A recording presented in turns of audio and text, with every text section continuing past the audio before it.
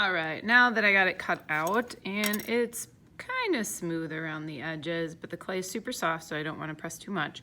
I'm gonna start adding, there's a few things I wanted to do with attachments other than just carving out wells for the paint. And one of the attachments I want to do is an eye, and I also want to do an attachment right here to separate the wing. So to do that, the first thing I'm going to do is the eye, which is pretty easy to do. And I'm just going to make a small piece of clay, roll it between my hands, and make it into a ball. And check the size. Might be a little big. Take it off. Okay, got the size I want. So next step is to do a tiny bit of scratching in where this eye goes. So I'm just using the corner of the fork. And I'm gonna do the same thing to the eye where the eye is gonna touch that spot right there. And we call this scoring. Then I'm gonna use a little bit of water, and we call that slip. Just enough to slide them together, which is my next step. So I'm gonna put these two together, and then I'm gonna kind of slide them back and forth until they stop sliding. And they're kind of stuck. And then I'm just gonna kind of go around a little bit and smooth it out. And so I got my eye.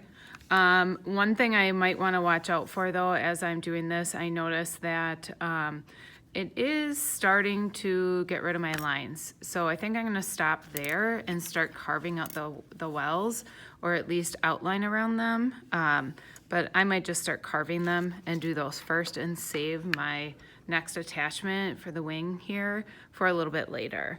So I'm going to put my clay back, and I'm going to start using one of these loop tools. And there's lots of different shapes and sizes. So you kind of just have to try out to see which one works best for you. But I'm gonna start by using, I think I'm gonna use, if I'm using the bigger, like carving out a bigger section, I'm gonna use maybe the bigger one. And I wanna make sure kind of going right on that line that I drew.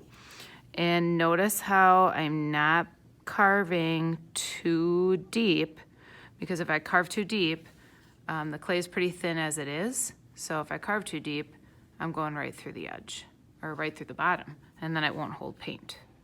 Now that I got the outline done, I can actually, I'm gonna change tools and try this one. I notice that one's going a little bit deeper right away, so I gotta be careful on that.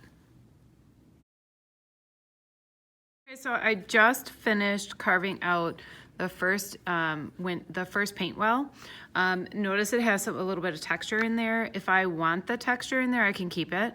But if I want it to be smooth, I can just use my finger, and I did not actually put any water on my finger because it is wet enough, and I'm just kind of rubbing over it just to smooth out the clay texture that was in there from the cutting tool. And then I will move on and continue until I have all the wells carved out. I pretty much have all the paint wells complete. One thing you're going to experience a lot of when you are using these loop tools is they get clogged very easily. So my last, or my next step is to make my attachment. So I've got some leftover paint from the wells that I carved out, and it still seems like it's pretty wet. So I'm gonna try rolling it and seeing if I can get it without cracking. If I need to add a little bit of water to it because I feel that it is on the drier side, notice how I just dip my fingers in, I don't put the clay in the water, and then I just kind of go back and forth on the coil. And this coil is going to be really, really tiny, like less than my fingertip for sure, because it's a very, very small area. All right, so I think I'm ready. And since it's pointed, like a little bit more pointed on one end, I'm just going to use a little bit of water on that. And I'm going to try, it's really gonna be hard to do that on these small lines without wrecking my other stuff, the paint wells. But I'm gonna try to do like a little bit of scratching along the line where I want to add the coil. I'm going to do the same thing, a little bit to the coil as well. Again, that's going to be super hard because it's so tiny. Okay, then we're going to do a little bit of water. And I'm not going to press hard because I don't want to wreck the stuff that I just scratched. All right, so a little bit more water.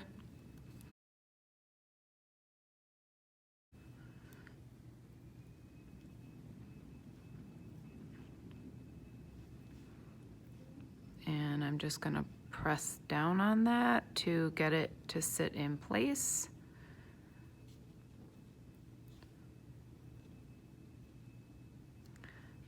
And what I'm really hoping for is that I made the coil long enough. Oh, it's just long enough. Otherwise, I was gonna have to make an additional piece. In fact, it might be longer than I need, so I might have to cut. So I'm gonna push down a little bit and try to smooth out around that. Make sure it's kind of like stuck.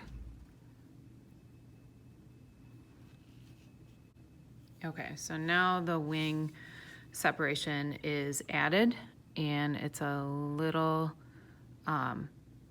3D area here to separate the belly of the bird from the wing. All right, so we've got the little bumblebee attached to his head.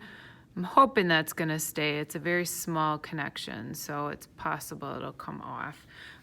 Before I call it done, I'm going to use the sponge, just one of these little clay sponges up on the front table. And I'm just gonna get it a little bit wet. And then I don't want it like dripping wet, so this is just damp. And then I'm just going over very gently, not pushing very hard at all.